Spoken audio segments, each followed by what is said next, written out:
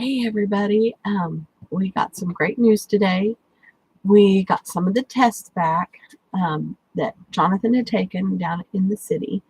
We found out we are dealing with allergies, and like Terry suspected, milk allergy is one of them.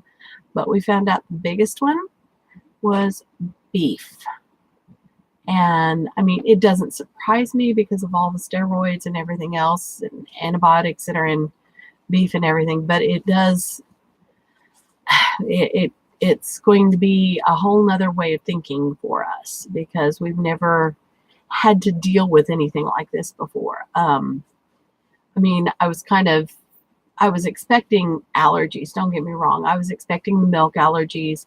I figured probably something like wheat gluten or something along that lines, but just about everything that we eat in our diet, even though we have cleaned up and eaten a lot healthier for our family, even though we have done that, most of the stuff that we did eat, including chicken, came back as he has some allergy in one form or another to it.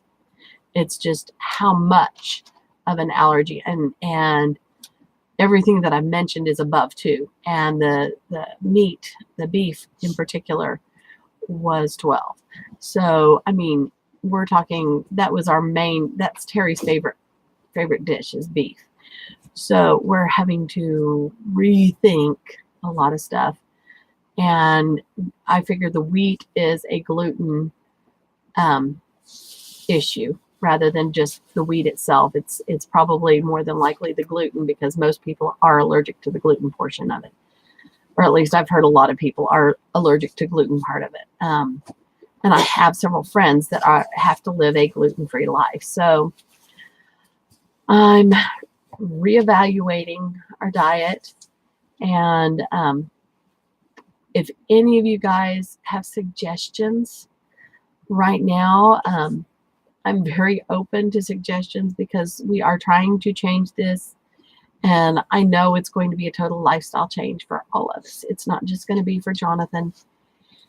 This is going to be for everybody because, you know, it's hard for me to say, okay, yeah, I'll fix Jonathan something, but he's going to have to watch us eat, what we want to eat. No,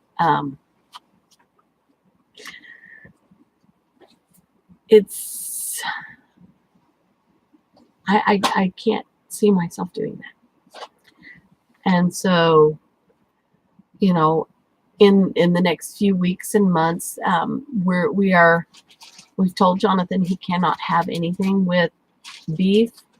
He cannot have anything with milk. So right now he's eating eggs, and he may take a peanut butter and jelly sandwich. Maybe he's not supposed to have the wheat, but right now I haven't made any rice-free bread, so or gluten-free bread. I have some rice flour, but considering I just found out today, and yeast is on the list of things that he has allergies to, so I'm going to have to find recipes that are yeast-free recipes for like bread and stuff. And that's something I've never really researched out. I've never looked at various ways to make bread. So it's something that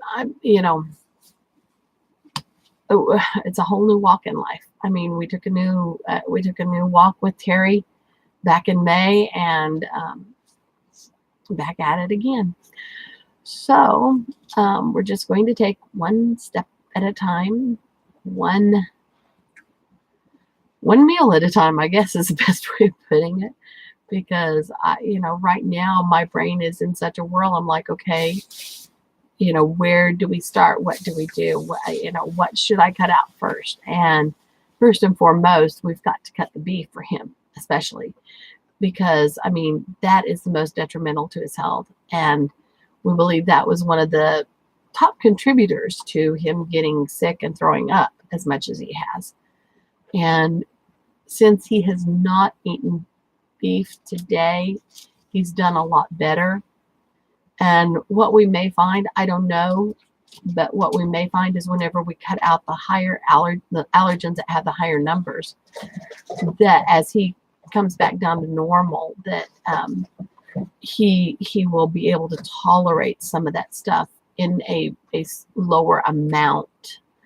I know he can't go back to the diet that he has lived, but maybe he can tolerate some, because chocolate was on there and he loves chocolate, and bread is on there and he loves his peanut butter and jelly sandwiches. There was just various things that it's just like, he wants hot cocoa. Well, hot cocoa is made with milk. So at least that's what we've been making it out of. So we have to make some family changes, and figuring out exactly what those family changes are going to be, that will be the challenge. So, I know there are several family members, on both sides of the family and friends of family that have gluten issues. And I will probably be looking towards them to see what advice they can give us and suggestions. And if any of you, my friends out there, have any ideas and suggestions that you can give me, I would love to hear them. Right now we're walking a road we've never walked before. And I'm just kind of like, okay, Lord, we've made it this far. He is not, he's not as bad as he could have been. I mean, it could have been an anaphylactic shock syndrome, and that would have been, just crazy. I do know some people that are that way. And so I'm like, okay, Lord, it is something, because his reactions were serious. His body reactions were very serious and life-threatening if he would have continued doing what he was doing. But, he wasn't willing to eat to make himself throw, because every time he ate, well, we were eating the foods that irritated his stomach and his body. And so he just had stopped eating because it was too painful. And now he's starting to gain his appetite back. And he's realizing, okay, he'd already realized that eggs were okay for him. Tuna is okay for him. And so he had already started, kind of changing and eating some of that instead, which that's perfectly fine. That's great. And now we just kind of have to, like I said, figure out the rest of this walk.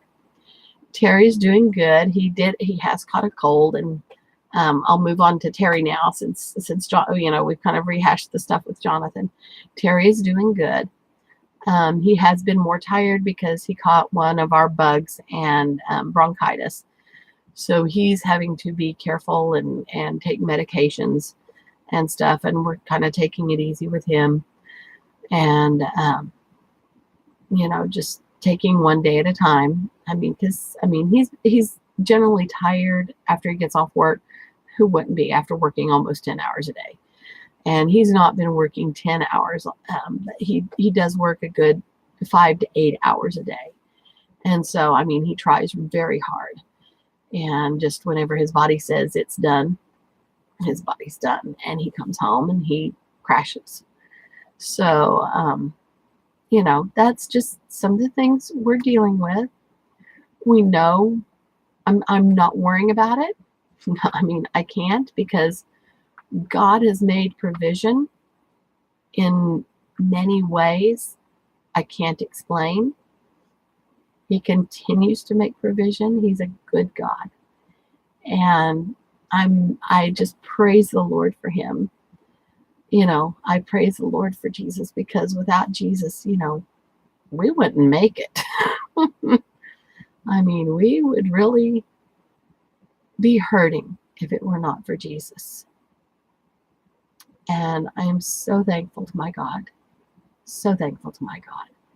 And so anyway, this is probably where I'm going to end it, because I need to get to bed, and I think I've pretty much updated us all. So anyway, y'all have a great day, and we will see you later. Bye-bye.